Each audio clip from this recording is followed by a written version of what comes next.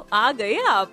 आ गए हो तो चैनल को सब्सक्राइब कर लेना, वीडियो अच्छी लगे तो लाइक और शेयर कर देना, और हाँ, बेल आइकन जरूर दबा देना ताकि आपको नई वीडियोस की नोटिफिकेशन मिलती रहे।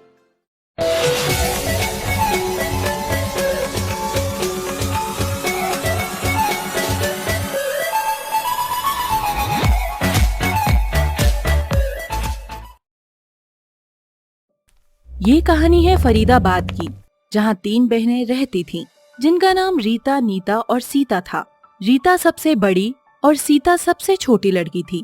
दोनों का रंग सांवला था, पर नीता मंझली लड़की थी। उसका रंग बहुत साफ था और वो देखने में बहुत सुंदर थी, जिसकी वजह से नीता को अपने ऊपर बहुत घमंड था। एक दिन सीता दोनों से कहती है, रीता, नीता, हम लोग पार्लर चलते हैं। मुझे फेशियल भी कराना है और अपनी कटिंग भी करानी है। ये तो आप सही कह रही हो दीदी, मुझे भी फेशियल कराना है और मेरे बाल भी काफी खराब हो रहे हैं। मुझे अपने बाल भी सही कराने हैं। आपने बिल्कुल सही प्लान बनाया है, मैं आपके साथ चलूंगी। मुझे पार्लर जाने की कोई जरूरत नहीं है। मुझे तो भगवान ने पहले से ही इतना सुंदर बनाया है। तुम दोनों को ही भगवान ने रंग रूप नहीं दिया है, इसलिए तो तुम पार्लर जाना चाहती हो। लेकिन मैं पार्लर जाकर क्या करूंगी? मैं तो पहले से ही इतनी सुंदर हूँ। तुम लोग जाओ, मुझे नहीं जाना। सही कह रही हो नीता, तुम्हें पार्लर की कोई जरूरत नहीं है। तुम तो पहले से ही इतनी सुंदर हो। हम दोनों ही चले जाते हैं। तुम यहीं रहो, पापा आएंगे, उनको खाना दे देना। मैंने खाना तैयार कर रखा है।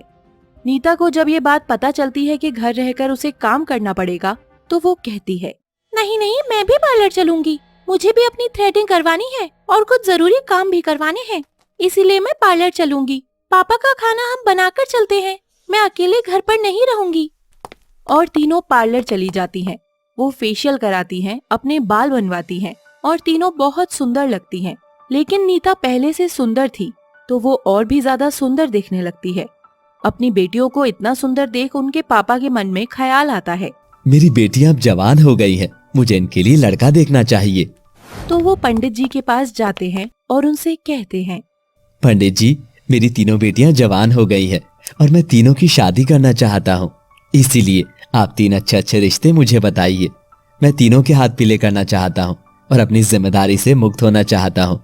मेरी तीनों बेटियां बहुत ही गुणी और सुंदर हैं। पंडित जी सीता और गीता के लिए बहुत ही अच्छे घर के लड़कों के रिश्ते लाते हैं और नीता के लिए भी एक अच्छा घर का रिश्ता आता है। उनके पिता तीनों लड़कियों को लड़कों की फोटो दिखाते हैं, तो वो अपने पापा से कहती हैं, मैं लड़के की फोटो देखकर क्या करूंगी पिताजी? आपको जो भी लड़का पसंद हो, मैं उसी से शादी कर लूंगी। मुझे किसी को पसंद नहीं करना है। जिस लड़के को आप पसंद करेंगे, मैं उसके साथ ही शादी करने को तैयार हूँ। दीदी बिल्कुल ठीक कह रही हैं पापा, मैं भी उसी लड़के से शादी करूंगी जिसे आप मेरे लिए पसंद कर लोगे। मुझे भी फोटो देखने की जरूरत नहीं है, आप पसंद कर लीजिए और जिससे आप कहेंगे मैं उसी से शादी कर लूंगी। लेकिन मैं इनमें से किसी भी लड़के से शादी नहीं करूंगी। पापा, आपने इन तीनों लड़कों की फोटो देखी है? ये तीनों में कोई भी मेरी टक्कर का नहीं है। मैं इतनी सुंदर हूँ और ये तीनों काले हैं। मैं इनसे शादी नहीं करूंगी। मेरे सामने खड़े होकर ये तीनों खराब लगेंगे। मैं तो उसी लड़के से शादी करूंगी जो मेरे साथ खड़ा हुआ अच्छा लगे, जो मेरी टक्कर का हो। आप मेरे लिए कोई और लड़का देखिए। उनके पिता सीता और गीता की शादी उन्हीं में से 2 लड़के पसंद करके करा देते हैं। दोनों लड़के काफी पढ़े लिखे थे और अच्छा खासा कमाते थे।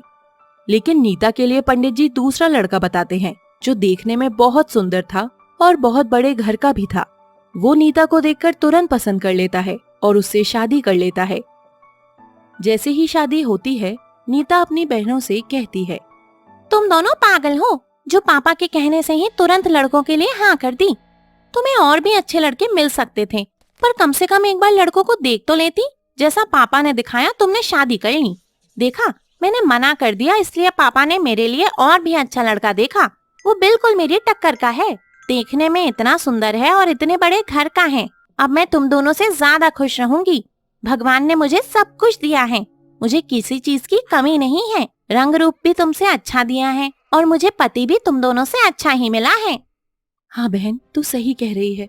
तू बहुत खुशकिस्मत है कि भगवान ने तुझे इतना सुंदर बनाया है और तेरा पति भी इतना सुंदर है। लेकिन मैं भगवान से दुआ करूंगी कि वो तुझे उतना ही प्यार करे जितना हमारे पति हमसे करते हैं और तू हमेशा खुश रहे। लेकिन मैं तुझे साथ ही साथ ये भी सलाह दूंगी कि तू थोड़ा घमंड कम किया कर। तेरे अंदर घमंड दिन पर दिन बढ़ता जा रहा है। तुम दोनों रहने दो। तुम दोनों मुझसे बचपन से चिढ़ती आ रही हो क्योंकि भगवान ने तुम्हें मेरे जितना सुंदर नहीं बनाया और मेरे पति भी तुम दोनों के पति से ज्यादा सुंदर और अमीर हैं। अपनी बुरी नजर मुझसे दूर ही रखो और मुझे कोई घमंड नहीं है।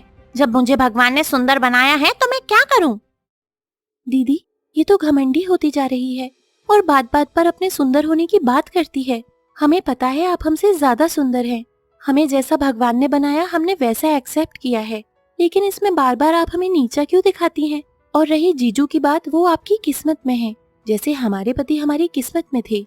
और रंग रूप से कुछ नहीं होता, प्यार मायने रखता है। इसीलिए हम ऊपर वाले से यही दुआ करेंगे कि आप हमेशा खुश रहें। नीता ने जैसा सोचा था वैसा कुछ भी नहीं हुआ।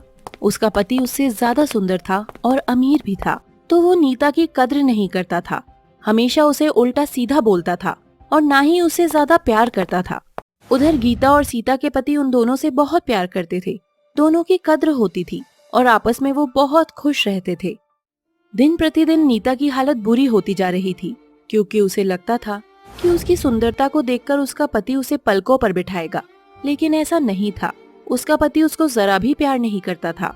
नीता परेशान होकर एक दिन अपनी बहन के पास जाती है और कहती है, दीदी, आप सही कह रही थी।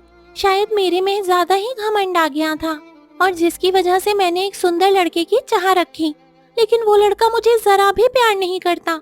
बात बात पर मुझे ताने मारता है और अपनी दौलत का मुझे घमंड दिखाता है।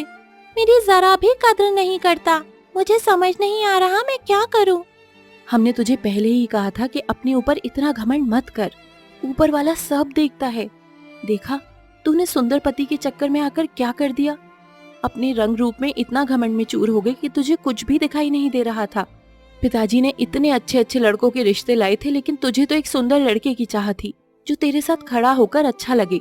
रंग रूप ही सब कुछ नहीं होता, प्यार मायने रखता है। नीता बहुत रोने लगती है और कहती है, मुझसे बहुत बड़ी गलती हो गई दीदी कि मैंने अपने ऊपर घमंड किया। इतने में ही उसका पति आ जाता है और वो उसे कहता है, मुझे माफ कर दो नीता, ये सब मैंने तुम्हारे साथ जानबूझकर किया था, ताकि तुम्हें एहसास हो कि तुम अपनी बहनों को कितना नीचा दिखाती हो, उनके रंग रूप को लेकर, जो कि बिल्कुल भी सही नहीं है। हमारी शादी से पहले ही तुम्हारे पिताजी ने मुझे सब कुछ बता दिया था। मैं सुंदर हूं, अमीर भी हूं, लेकिन मैं घमंड नहीं करता। तुम्हें एहसास दिलाने के लिए ही मैंने तुम्हारे साथ ऐसा स्वभाव रखा। मैं तुमसे बहुत प्यार करता हूं, इसलिए मैंने तुम्हें पहले ही नजर में पसंद कर लिया था। लेकिन मैंने अपने मन में भी ये ठाना हुआ था कि मैं तुम्हारा ये घमंड खत्म करके रहूंगा। इसी वजह से मैं तुमसे अक्सर कटी कटी बातें करता था। मुझे माफ कर दो और मैं भी तुमसे बहुत प्यार करता हूँ। नीता अपने पति की बात सुनकर बहुत खुश होती है और वो अपने घमंड के लिए माफी मांगती है। फिर तीनों बहनें अपने अपने पति के साथ बहुत खुशी से रहती हैं।